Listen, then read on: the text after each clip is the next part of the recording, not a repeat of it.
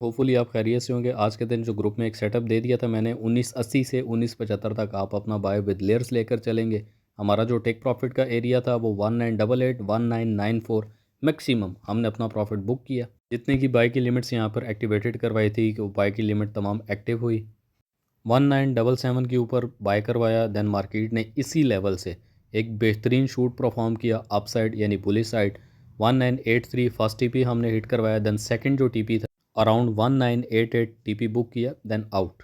तो जो भी एक परफॉर्मिंग थी ऑलरेडी ग्रुप में शेयर अप की, चारों की चारों हमारी टीपीज बुक हुई। साथ में आप दोस्तों से रिव्यू भी लिया गया, रिव्यू भी आप लोगों की तरफ से अच्छे आए। फीस नहीं है, कुछ भी वीआईपी नहीं है, नथिंग एल्स। जाते जाते एक छोटा सा पॉइंट दे दिया था कि 198384 हमारे पास पोर्ट है, यहाँ से बाय करें। मैक्सिमम अप टू 19997 के ऊपर अपना टेक प्रॉफिट बुक करें। प्रॉफिट बुक किया, स्क्रीनशॉट शेयर की। चैनल पे चले जाएं, तमाम तर चीज़ें आपको वीडियो की डिस्क्रिप्शन में अवेलेबल हो जाएंगी।